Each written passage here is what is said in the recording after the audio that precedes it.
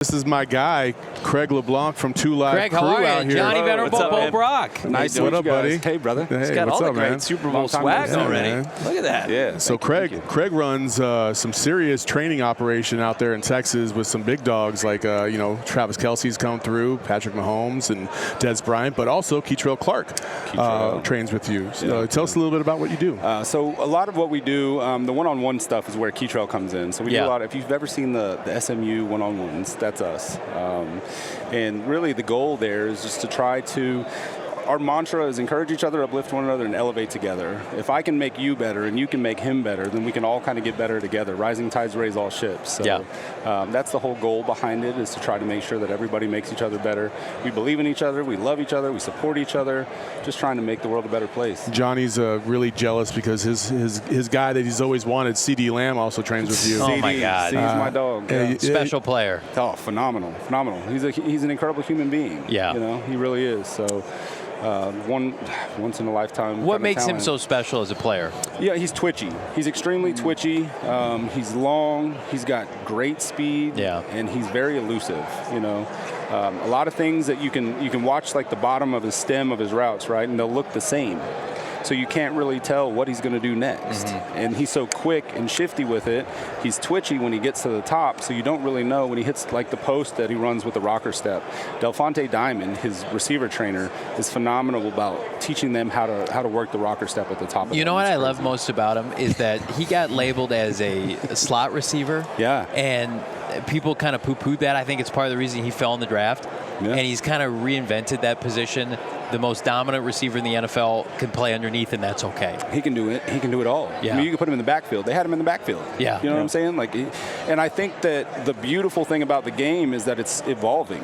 It's evolving so crazy. Like, quarterbacks are doing things that quarterbacks didn't used to do. Yeah. And you've got receivers that are doing things that receivers don't usually do. You look at a Deebo Samuel, right? A guy that just can do anything. Or Christian McCaffrey, who can do anything. And so the game has just evolved so much. And the way these guys are, the talent that they have, why not use them in so many different ways that it leaves defenses guessing, like, okay, well, what is he doing now? Why is he in the backfield? How do you plan for something like that when you don't know what's coming? Let's talk about one of the Arizona Cardinals that you work with in Kei'Trel Clark, because he's really interesting. Comes over as a 6th-round pick out of Louisville, like ultra competitive, right? Beat his ass off out there for the Cardinals, and now the Cardinals here in the NFL. He starts, and then he has to kind of sit, get his way back into the good graces of the organization, and finishes the season with seeing playing time. But what we were hearing about Kei'Trel Clark was this is a guy that's always operating at a high level. What can you tell us about that? Michael Wilson, who I talked to in training camp, one of the guys that he connected with early on, and just with his just how he conducts himself, is Kei'Trel Clark. Yeah, and I think Key is he's always been a competitor. He's always been a super competitor, and he takes his craft very serious. He's not one of those guys that, there are some guys that get complacent when they get to the league, and Key's one of those guys that he wants to put his foot on the gas. And he's a big believer in God, and I think that God has a lot to do with it. When your faith is your foundation and you're able to trust that God's plan for you is that it's hard to go against it, and I think that's what really set him apart. Was he believed, he understood, he knew what he had to do. Faith without works is dead, so he just kept working and trusted that God was going to open the door for him. Do you have any upcoming draft picks? Do you work with guys throughout the draft process? Any notable names? Work with a lot of them. Right now, Keon Coleman's in the dub, in the DFW. Phenomenal human being. When you see him, in person, he's just incredible. He's big, long, got great hands, great eye contact, great eye discipline. Just one of the most special athletes I've ever seen. So he's going to be a sleeper, if you can consider that. But I think he's somebody that we've talked about a lot. Like Marvin Harrison Jr. obviously is an option for the Cardinals at 4. If he's not there and they're picking 27-35, you saw the one-handed catch Keon made. Just a dominant player at Florida State, and the physicality that really the Cardinals love at wide receiver. Yeah, absolutely. And there's another wide receiver in Arizona that I love, and I want to talk about a little bit. Kaden Davis. Oh yeah. KD needs an opportunity, man. They gotta give KD some opportunities. He's on a future contract, so he's with the organization. Yeah. That's one of my best friends. I throw for him all the time. Nice. And, another good guy. Just a great dude, and somebody that he's sneaky fast. A lot of people don't realize how fast he is, and he's a great route runner, sure-handed. He never drops the ball. I think maybe I've seen him drop like 1 or 2. in the amount of time that we've worked together over the 3 years that we worked together. And then another name for you guys to watch out for, Evan Stewart. Okay. Evan Stewart will be at Oregon this year. Okay. Coming out of A&M. Okay. He's going to be a first rounder next year. So. Wow. What position? Wide receiver. Wide receiver. Yeah. Awesome. Yeah, Kaden was Clayton Tune's first touchdown in the preseason. Yeah. That's right. That touchdown actually was a special moment for us. Yeah, it was a nasty route that he ran, and then I think the organization really likes him. Yeah. You know, throughout game weeks, sometimes you'll see guys who run scout like Kaden did primarily for the Cardinals. They'll wear the opposition's top player's jersey, and you know what role they're playing. Right. So, like, little insight, he played the role of DK Metcalf. Yeah. For the Cardinals. Yeah. So it's like obviously the team sees something in Kaden, and the hard work hopefully pays off for him to where he gets a true opportunity. Here's a great story about KD. So he came undrafted, went to the Broncos. Mm-hmm. Okay. During camp, he was the first player on the field every single day throughout camp. Wow. The entire camp, he was the first player on the field.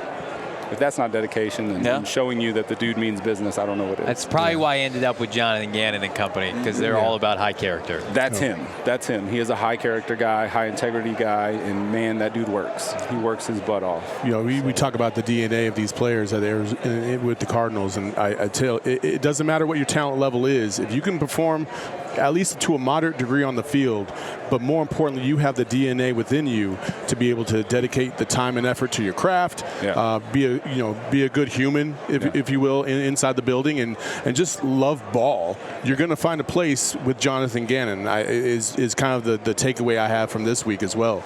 We talked a lot about good people, and Craig's a phenomenal human being.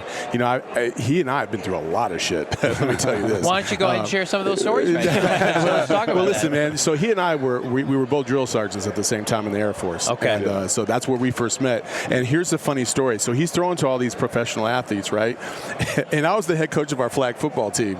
And so I was just like, no, I'm going to play quarterback. So he was my tight end for a large portion of that time, even though he's probably the better quarterback than I was. Yeah. But my ego was just too big at the time. We're not at all familiar with that. No. We've never seen that on display. But look, here's the thing: being down there, being an instructor, you kind of have to have an ego. Yeah. Like you have to in order to survive. You got to be an alpha. You got to be an alpha. 1,000,000%. Yeah. Sure. And there was a lot of long days, and when you meet people like Craig, and you just have a good connection with them, and listen, man, we hadn't kept touch for a little bit, and then the last 3 or 4 years is when we kind of got back into it, and then I didn't realize he was doing all this stuff, and it was just great things to see, and he and I have been kind of growing up in this sports space, and it's been amazing to see, and I love you to death, brher. I love you too, man. Congrats on all the stuff that's going on for Thank you guys for having me. You need to get to work on fake Andy Reid here. He desperately needs your help. Maybe a nutrition plan. Get him in the lab. It's pretty damn good, though. Yeah, I mean, you got to admit. He came on. It's uncanny. Wow. It's scary. Yeah. Let me ask you this real quick, though, because all the players we talked about that you're working with are high character guys. Yes. Is there, on your behalf, kind of a vetting part of this thing with who you work with? Not necessarily. I hate to say it, but I'm not necessarily chasing big names. Sure. I think that there are a lot of guys that people don't know that we work with, and part of that is because I believe that if you believe in someone and you truly believe in someone, they can do amazing things.